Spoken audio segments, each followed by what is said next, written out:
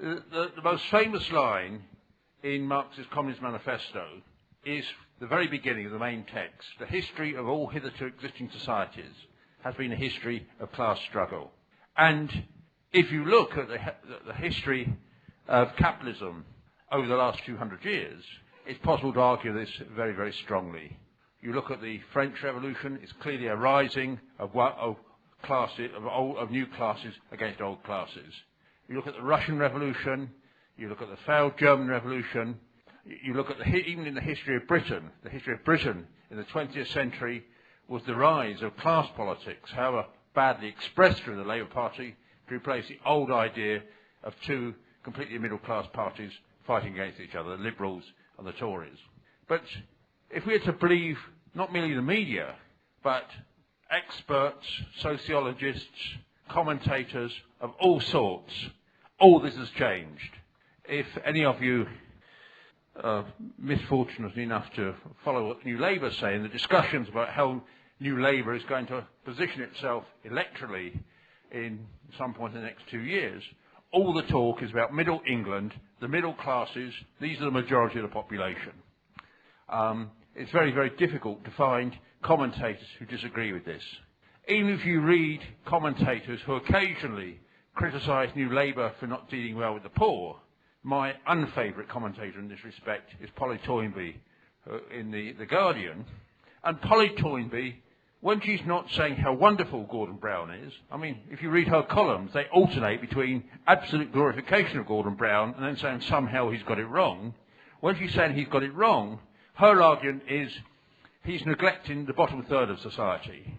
Her model of society is 2/3 of the population are the middle class who really run our society, and 1/3 of the population are the poor who have to be cared about. I should say, even in terms of people like Polly Toynbee, on their, I don't know what they earn, their £2,000, their £1,000, £1,500 a week which they earn, even they find it slightly, at the moment, going through a slight problem over this, because they suddenly realise there are people earning £100,000 a week, and they the thing with the alarm is you ignore it unless it rings continually. If it rings continually, we all have to leave the building, which will be a complete mess up. The thing we put Polly Toynbee and people, they've got slightly upset about the super rich. But nevertheless, their general position is the 1/3, 2/3.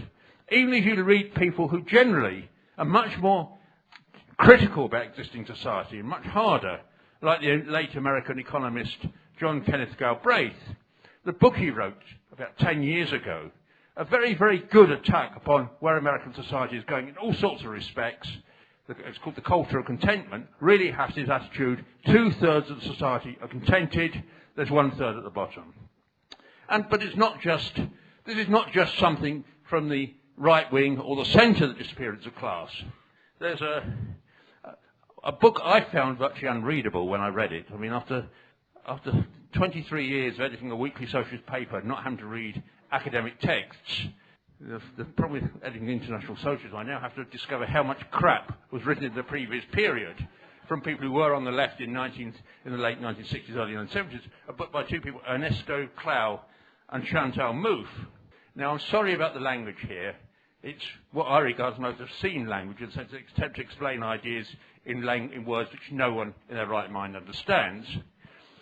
If we renounce any epistemological prerogative based upon ontologically privileged position of a universal class, it will be possible to seriously discuss the present degree of validity of Marxist categories. What basically they're saying, we have to get rid of the notion of class, and then somehow in Marx, and as an insult to a great revolutionary Gramsci, somehow in Gramsci, there's some way we can understand the world today. And it translates into other people. Older comrades remember André Gortz, who declared back in, I think, 1976, farewell to the working class.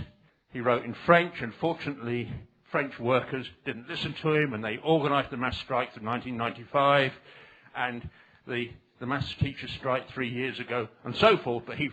And then you have people who claim to be communists, no less, revolutionaries, Tony Negri and Hart, and they come out with the same thing, also written in language which normally most people can't understand, and therefore they're regarded as great theorists. Today, the industrial working class has all but disappeared to Jew. They wrote in their book Empire 4 or 5 years ago. More recently, Negri came out even harder, and I say this because I debated with Hart in Porto Alegre about 4 years ago, and Hart denied that they'd said the working class disappeared, but a recent article Negri wrote, a column, in, I think Negri wrote in a book on Lenin, of all people, there is no longer a working class to cry over lack of management of industry and society. That basically is the position. And it's become, not merely on the right and the centre, a whole layer of the left, it's become almost the orthodoxy. Now, to deal with this, we can't just deal with it by saying, as I'm tempted to, it's nonsense. You know, if the king has no clothes, you have to prove that the king has no clothes. And the first thing to say is, on the face of it, the king is not naked. The king seemed to have rather less on than he used to in the olden days, in the sense that what people have often thought of as the working class, and I will argue it's the wrong conception all along, which is of industrial workers in manufacturing and other industries, like similar industries, has in most advanced industrial countries been declining in its proportion of the population. I say proportion of the population, that does not necessarily mean its overall size. So in Britain, manufacturing workers in 1966, they were 8,600,000 manufacturing workers. Today, I'm afraid that's actually slightly different count. They're not that radically different. According to, I think, the Engineering Employers Federation, their calculation is there are just under 3 million manufacturing workers. There has been a decline in manufacturing. In the United States, although this is where you have to be very careful with the figures, the United States, the proportion of the workforce involved in manufacturing has fallen consistently.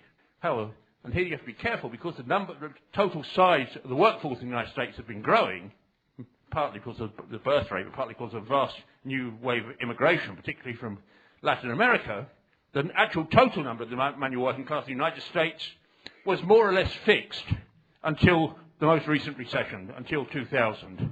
And when you look at the figures, you find there are actually there were more manufacturing workers in the United States in 2000 than they were certainly in 1950, 1934, 36, the great struggles of manufacturing workers in the United States. There were more in the year 2000 than there were war. The total workforce had grown, but the total number of manufacturing workers, the proportion of that working force has declined, but that doesn't mean that the total number of manufacturing workers had not declined. If you look at Germany, people tend to, and here we have to be very careful because I've written a couple of articles on this in Socialist Review and in International Socialism. Britain is not typical of what's happening to manufacturing industry across the advanced countries. In Britain, the shrinkage has been massive. You know, we've been replaced by a manufacturing economy by what I'm tempted to call the permanent finance economy, although anyone who's got finances knows that it's very difficult to keep them permanent. But the situation in Germany, for instance, is 22% of the workforce are in manufacturing. Car production in Britain has fallen to about 1 million cars. Car production in Germany is 5 million cars. So you want to get some sort of contrast between the picture. If you talk the OECD, the advanced countries as a whole, you find that in 1998 there were 112 million workers in manufacturing, slightly less than 1971, but more than in 1951. And then, of course, simultaneously with this, and not itself actually causing the decline in manufacturing jobs in the advanced countries, you've had this huge wave of development of manufacturing elsewhere. Tony Cliff used to say there were more manufacturing workers in South Korea today than there were when Marx wrote the Communist Manifesto, in the whole world when Marx wrote the Communist Manifesto. Anyone who's been to China, the huge expansion of industry on China on a massive scale. I was amazed. I was talking to a comrade from Malaysia, and my notions of Malaysia go back to when I was a child and the British were putting down the colonial rebellion there, and I always assumed it's an economy based upon tin and rubber. And he says, no, tin and rubber are marginal parts of the economy. The centre of the economy is manufacturing industry. And therefore manufacturing, it's not disappeared. And this is where you get into this nonsense. I mean, there's a man called Ledbetter, who about 10 years ago made a reputation for himself because he says we have to understand the whole world is changing. We're in a post-industrial world. And that phrase you hear again and again, a post-industrial world with weightless production because people are involved in things like software. Well, it's a bit strange. When I came in here, I don't know, yes, the comrades were having to move that grand piano from here to there. I don't understand what was wrong with them. It's weightless. No one made it. Someone just sat down at a computer terminal without apparently using their hands because there's no manual labour involved and dreamt it up. It must have been nanotechnology. This microphone, I don't know why I'm bothering to hold it. It should be floating in front of me. The reality is everything we use and touch, we depend upon things which involve material products. Now, and therefore the question of the old working class, and I want to stress this, it's not disappeared. What is true is when you talk about the development of capitalism, as Marx explained in the Communist Manifesto, capitalism involves continual transformation of the relations of the means of production. Therefore, all the time, things are changing. And therefore, all the time, the character of the working class changes and production changes. If you look back to when Marx wrote in the Communist Manifesto, and Engels went to Manchester and described the working class in Manchester in 1844, the working class was based centrally upon textiles. And the core of people in factories is one element of textiles which was spinning, because you just had the beginning of the spread of weaving through factories. By the time Eleanor Marx organised the unskilled workers in London in the 1880s, the core of the working class had moved. You were talking about the docks, you were talking about the new industries, chemical industries, you were talking about the beginning of the steel industry. By the time John Maclean organised Scottish workers during the First World War, everyone thought that the centre of it was engineering industry, heavy engineering, production of shipyards, and so on and so forth.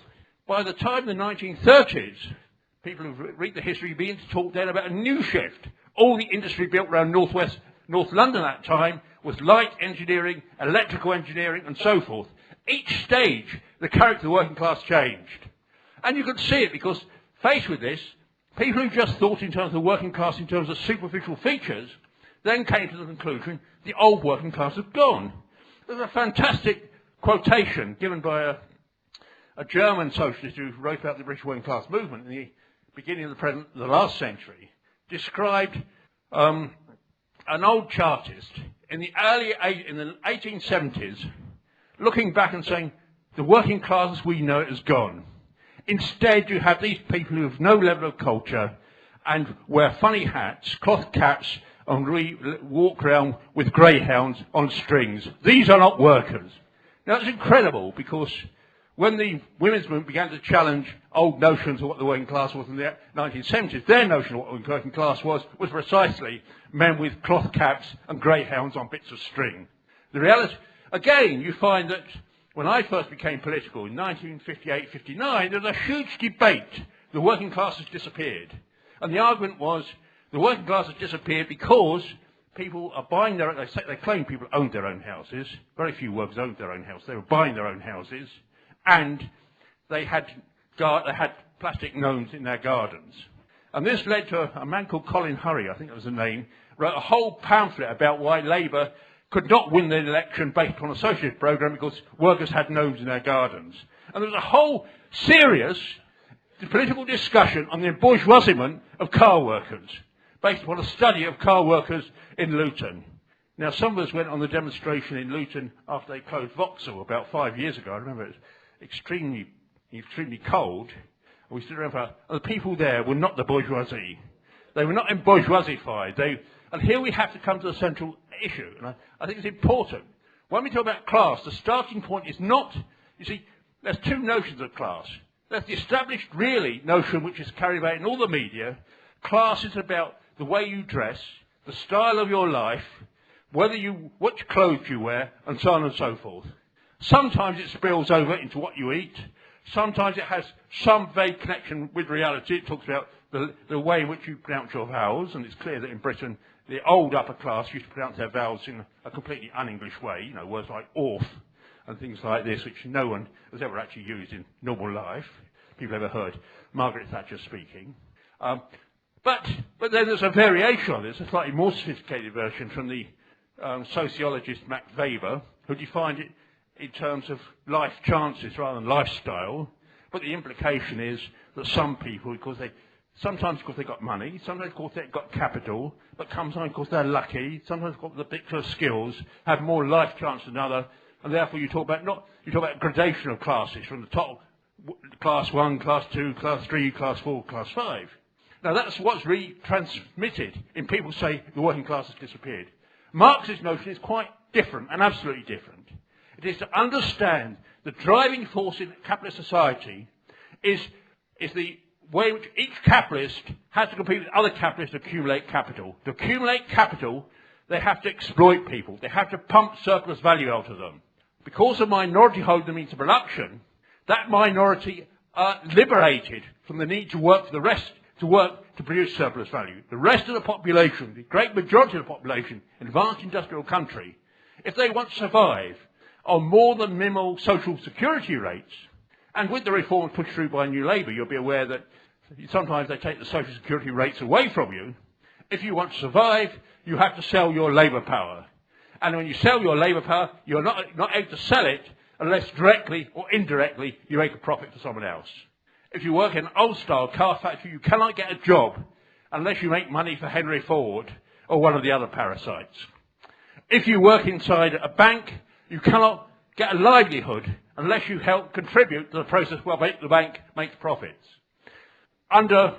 Increasingly, after the last 30 or 40 years, if you work as a teacher, you cannot get a job unless somehow you contribute to the capacity of British capitalist firms to compete internationally and make profits internationally, which is what they mean when they say that education has to be framed to the needs of industry. If you work in the health service, you'll find it very interesting.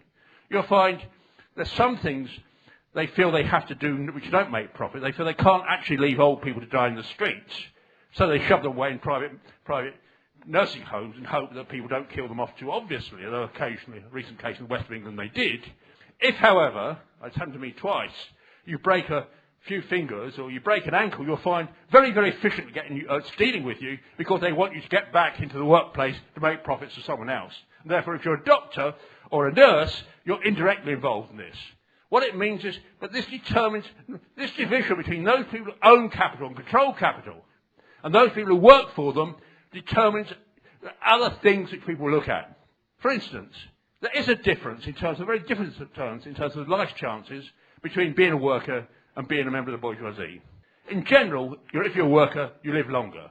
I suppose if you're a member of the bourgeoisie, you may eat too much caviar and drink too much champagne and choke yourself to death. Although even there, like the late blessed Queen Mother, who may survive choking herself to death several times and eating too much fish at a time, I don't think it was herrings and cod she was eating. The reality is, and you can see it's measured. The average, they have this false classification, class 1, class 2, class 3, class 5, but it measures something.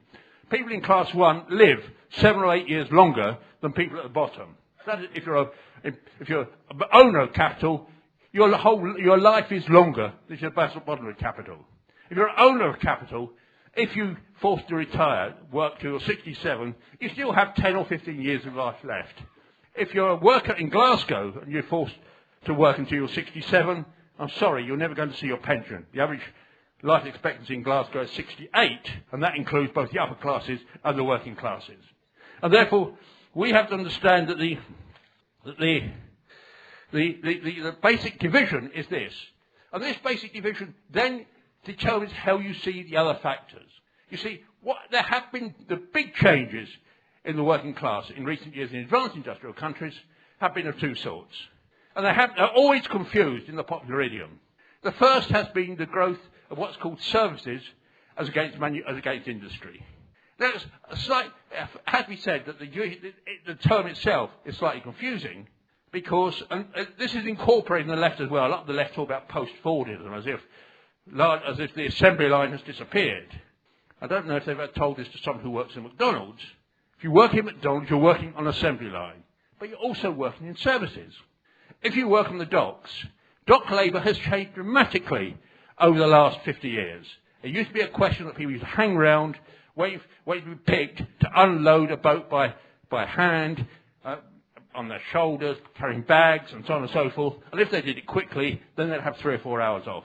Today, the containerisation has transformed the nature of dock work. Dock work involves very much more the assembly line principle. But more to the point, dock work has always been part of the service sector. So has been the organisation, so has been transport, buses, trains, the postal workers, where I suspect they feel they're being really subject to old-fashioned Fordist techniques, work evaluation and so on and so forth. But they're part of the service sector. And therefore the service sector and the manufacturing sector is not the division between somehow the middle class and the working class. It's the second change that's taken place, and it mustn't be confused with the first. It's a shift in the advanced industrial countries from so-called blue-collar work to white-collar work, from manual work to non-manual work. But here again, the distinction itself, to a very large extent, is phony. You know, an old-fashioned, young people in the room won't remember this, people used to set newspapers by working on machines which made letters out of lead in order to print things. That was undoubtedly manual work.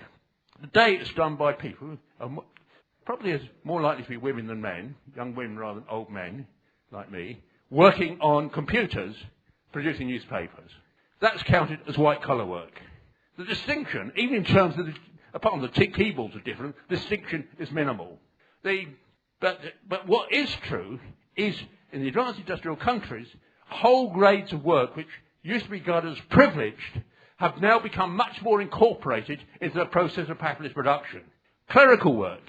If you read the novels of Charles Dickens, the clerical workers were a sort of semi-privileged group, not that particularly privileged, but semi-privileged, on personal terms, although maybe not particularly nice personal terms if your employer was Scrooge, working in an office cut off from what the mass of people were doing in the real manual work. At that time, clerical workers would expect to have a middle-class lifestyle, wear middle-class clothes, live in a nice suburban area, middle-class area. If you look what's happened to capitalism over the last 100 years, that's been transformed. The amount of clerical work has grown 100 times, 200, 300 times over. I don't know if anyone has the exact figures. In the process, two things have happened. One is the gender of those doing the work has changed. Indeed, increasingly, not only the gender has changed, the skin coloration has begun to change as well. That is, poorer people have been drawn into the workplace, and they're different. The differentials between them and the manual workers in many, many industries have disappeared. And the other things that used to characterise manual workers now characterise the great bulk of white-collar workers.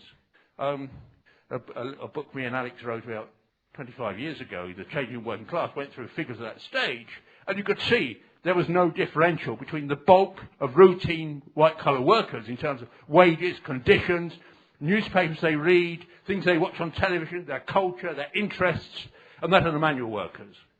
You find, actually, over the last 25 years, something else has changed.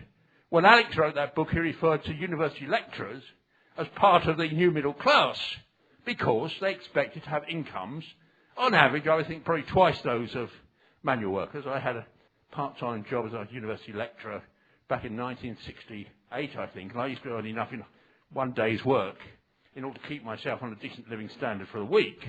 If you look today, university lecturers, they're better off than the poorest section of the manual working class. They're not necessarily better off than train drivers or strongly organised groups of workers. But more to the point, all the old conditions that you characterised the old working class are being imported. You're talking now about the attempt to impose the assembly line in universities. This absurd assessment exercise people have to go to keep their jobs. It's the assembly line. I mean, it's not as good as the assembly line in Ford. At least in Ford, you turn out something maybe useful or something. You're told you have to turn out 2 lots of crap a year in order to keep your job. It really amounts to.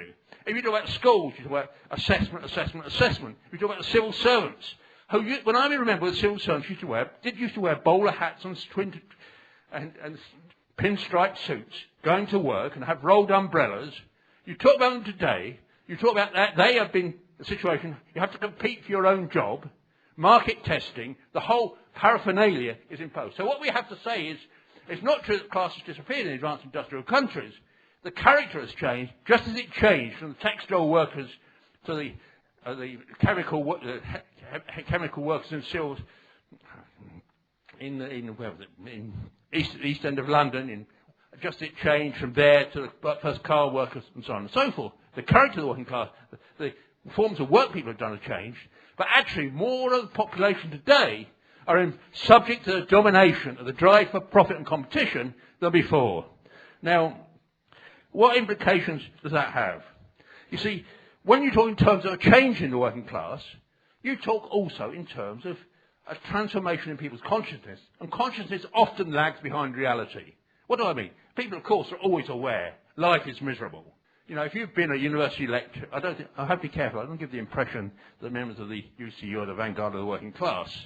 But if you're a university lecturer and you first got a job, when I did do teaching 40 years ago, you expected a quite easy job. You probably did think of yourself as part of the middle class. The majority of you probably voted Tory at the time. The majority of teachers voted Tory until 1995. The majority of nurses voted Tory until 1997. You probably thought of yourself as that. Reality changes, and you respond to it. You try to maintain your privileges. You think of yourself as different. You grumble. You think you're more, strangely enough, you think you're more entitled to grumble than the people working for Dagenham because you think you're entitled to an honoured position. But in the process, your consciousness changes. And therefore, if you go to the British working class, 1973-74 was not merely a period of massive struggles of old-style manual workers, very, very important struggles. It was also the period in which people who had regarded themselves as middle class, teachers, local authority workers, civil servants, took the first industrial action, nurses took the first industrial action ever, and you began to see the transformation in consciousness begins to take place. And therefore, Marx made a distinction between what he called a class in itself and a class for itself. Now, the language is taken from the German philosopher Hegel, and perhaps I should try and translate it into a bit more simple English. A class in itself is anyone who's objectively, in terms of the working class, subject to the drive of capital to exploit them. A class for itself is a class which has come to consciousness that this is happening, that it's not inevitable, that it results in a particular society in which you live, and you can fight to organise to change that society. At every point of the development of the working class, you see the class in itself is formed, begins to struggle, goes through long periods of struggle, begins to develop these ideas. The great historian, English historian, Edward Thompson, wrote The History of the Making of the English Working Class. It's precisely a history, how a class which began to be formed with the Industrial Revolution in the 1770s and 1780s began to move towards class consciousness by the 1830s. If you look in terms of any history of car workers in Britain or the United States, you know how a group which was formed, which did not initially have consciousness, began to move to it. And you also see something else. Consciousness is strange because it changes, people's perception of themselves changes slowly, but they don't become clear themselves to the degree to which their perception has changed. Again, the much misused revolutionary Gramsci made the distinction. He said, he described a thing called what he called contradictory consciousness. I think it's a fantastically important idea, and it's interesting that all the academics who quote Gramsci, it's the one passage in Gramsci they never refer to, and it's absolutely central.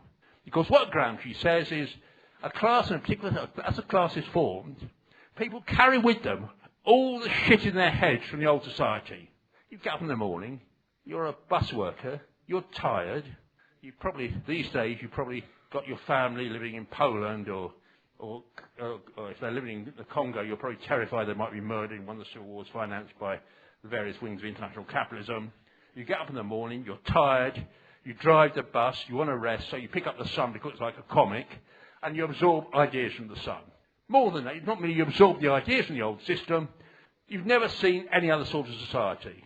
I mean, you may have seen the horrors of capitalism in the Congo, or the slightly fewer horrors of capitalism in Poland, but you've never seen anything but capitalism. You assume people compete with each other.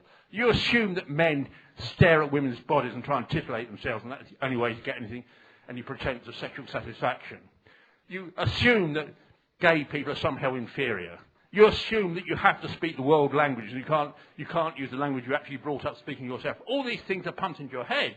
But then at the same time, the fact that management are down on you, they're driving different groups of you to work together to unite, and suddenly something happens. You're on a picket line together, and it's amazing. It slowly emerges. It's never I don't think it's ever been printed in the Sun.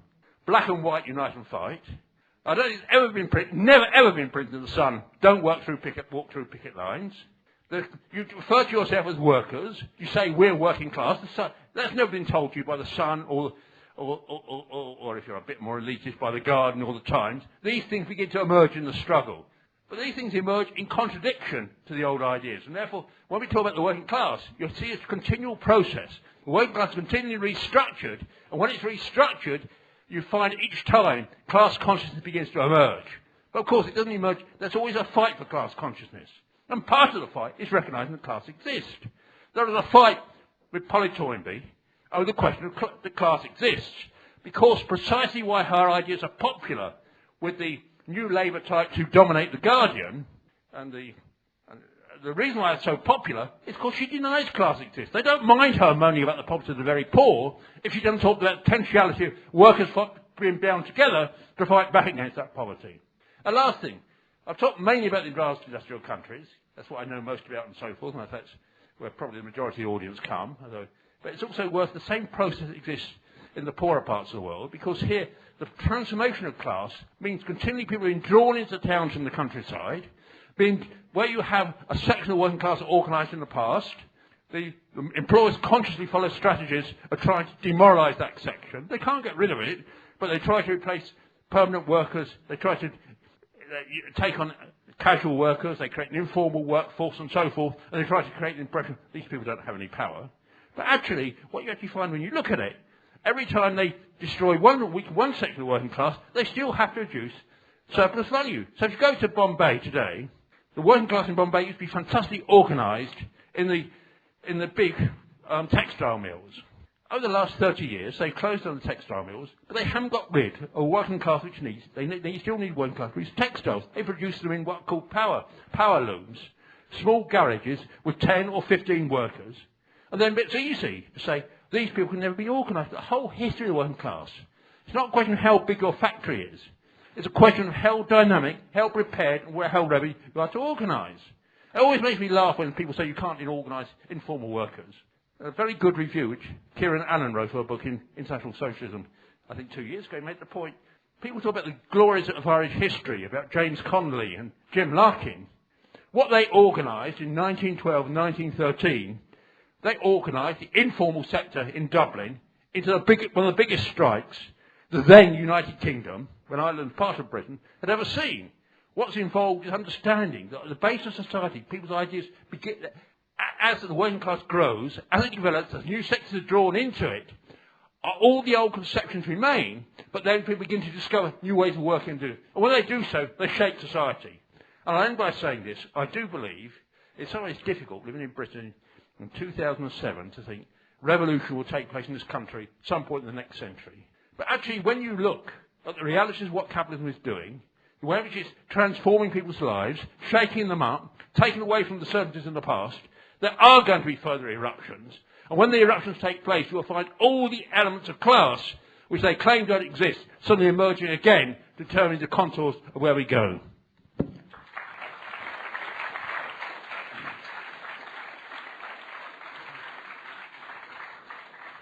Yeah, I have to skate through the questions because there's so many people wanting to contribute from the floor. My time is very, very limited if I'm not going to get into deep trouble with the organiser of Marxism in terms of keeping people for the next session. First, the definition of class. I think Charlie Kimber from Socialist Worker who spelled it out, but I repeat it. For Marxists, we have to understand that human beings to survive have to make a livelihood. Who controls the means of livelihood determines the basic possibilities of what's open to people. And historically, there have been a number of forms. There's a thing called primitive communism, sometimes called hunter-gathering or foraging societies, in which there was people, no one controlled the means of production. It was open to everyone to take what they want, to do what they want, and work, although they had to work collectively to get it. Then, through most of human history, you had a situation in which there's various names for it. The land was taken control of by a minority in society, and everyone and other people would till the land, had usually developed rights over centuries to have possession of the land, but they had to give probably half or two-thirds of what they produced on the land to the people who controlled the land. Sometimes it's called feudalism, sometimes it's called tributary societies, and so on and so forth. And then you have a third form of society which exists occasionally, where human beings are actually owned by other human beings, who are a whole hierarchy of people, slave masters and so forth, to keep them in check. Some human beings are forced to work physically for other human beings. And finally, you have capitalist society, in which the mass of the population do not control the means of production. They are free to work or not to work, but if they don't work, they starve. Or, in Britain, you get social security levels. I don't know what they are now. I think they're about 50 quid a week, but someone probably knows much better than me, which is hardly better than starving, to be honest. And, of course, you have a government committed to trying to increase the efficiency of British capitalism, to make more people queue up for work which doesn't exist, so to reduce wages. Therefore, they threaten to take away the social security payments. And that determines everything. And when you're in that situation, of course, because people struggle, because capitalism goes through periods in which profits are easy for capitalism, periods in which profits are difficult, there are periods in which, in one sense, people find life more or less tolerable. But it's not true that workers under capitalism are happy. Get on a bus in the morning and see how many people on that bus are happy, whether they're white-collar workers or blue-collar workers, whether they're the service sector or the manufacturing sector, they're not happy. See them, they don't wake up and think, oh, it's wonderful, the alarm clock's off, I'm now able to get involved in productive labour to expand my human potential and so forth. Watch them on the bus in the evening going home, and unless they've been to the pub, they are not happy. When they have to feed their children and get them off to the play centre before what's it called? I don't know what it's called, the drop-in centre before they go to school, and so they're not happy. When they're screaming at each other because one of them spilled the cornflakes on the floor when you're trying to get the kids to think, you're not happy. You find it tolerable. But the point about capitalism is even that is dependent upon the ups and downs of the capitalist system. And one day they'll come round like for 1,500 people working quick save who were told yesterday, you're sacked and you have no redundancy pay. That is the reality of what capitalism is, even in advanced countries.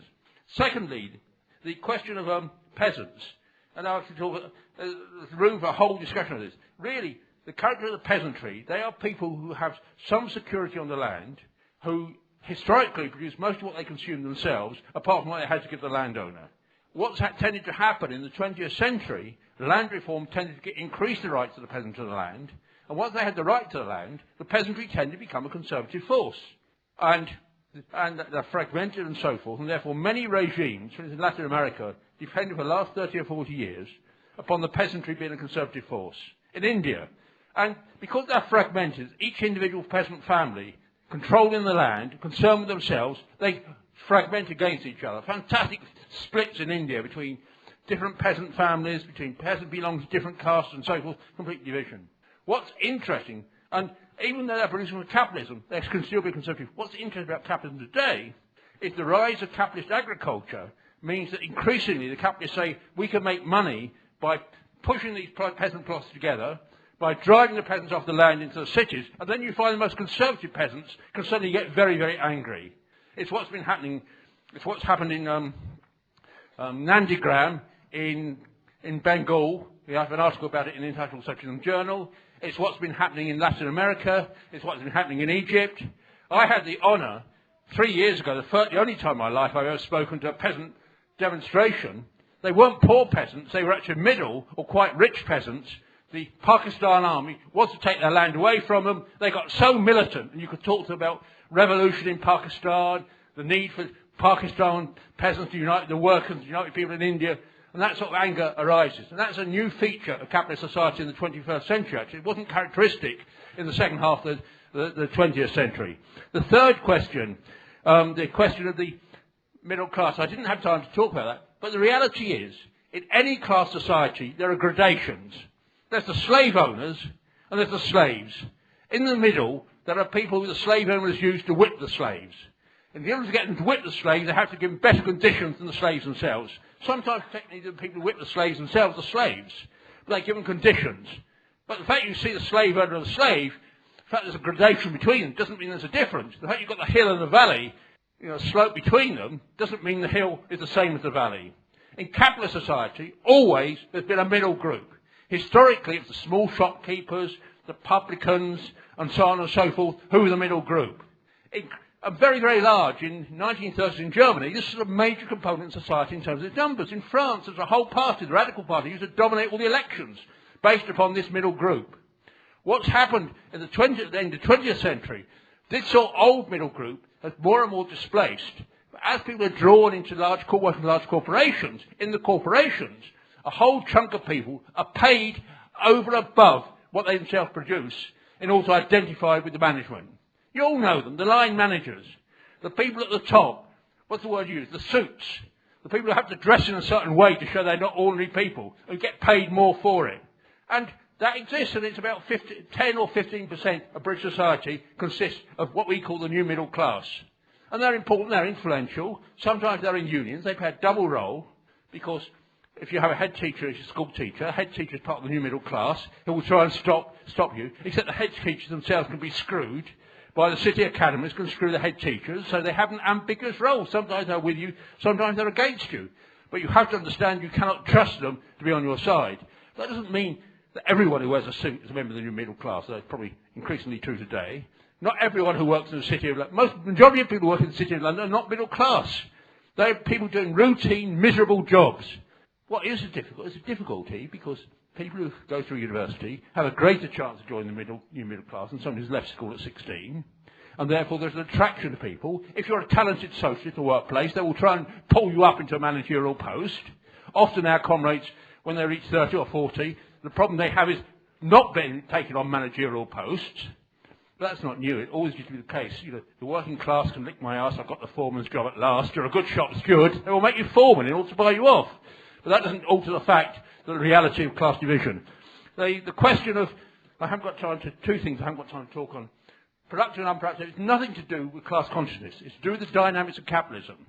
An awful lot of capitalism is concerned with profits being moved from one capitalist pocket to another capitalist pocket. For the individual capitalist, that's very important. In turn, it does not create new wealth. It does not add to the productive capacity of society. And therefore, even in capitalist terms, it's not productive. It's productive for the individual capitalist. It doesn't add to accumulation. Also, from a capitalist point of view, there's other things which are unproductive. Caring for the old, feeble, people like me or maybe Dick or someone else in this room, or Colin will be in 20 years' time, feeble, stuck in an old people's home and so forth. The labour which goes on as is not productive for capitalism. It detracts from capitalist profits. That's an important distinction for capitalists. But it's nothing to do with the consciousness of people who work in those places. You work in old people's home, you're probably worse paid, worse conditions, more subject to insecurity than work in a bank or work in a Ford factory or something. And therefore it's nothing to do. The last thing, the question of, I think in the 21st century, workplaces are more important, not less important than in the past. If you're going to talk about a revolution in London, you have to talk about Heathrow, Gatwick. You have to put these huge concentrations of workers where people feel, and they're not old-fashioned, they're not old-style, some are old-style manual workers. The people sweeping the floors are usually from the subcontinent. But vast numbers of them, the people on the check-in counters, the people waving the funny things outside, the baggage handlers, that all concentrate together. And you cannot talk about any other organisation, because you work at Heathrow, you can live anywhere within 40 or 50 miles of Heathrow and work there. And therefore you have to talk about workplace organisation. You then have to talk about how that relates to what people do when they go back to their towns, or in the case of Heathrow, their villages possibly where they live. How you have to build what Marx has called hegemony, how you draw other people behind you, but the workplace remains central. But I'm going to talk on this, I think, tomorrow on a meeting on workers' power or popular power. Okay, I'll end by saying this. It's been a good discussion, but the question of class will be going all the way through Marxism. It's not the end of the discussion.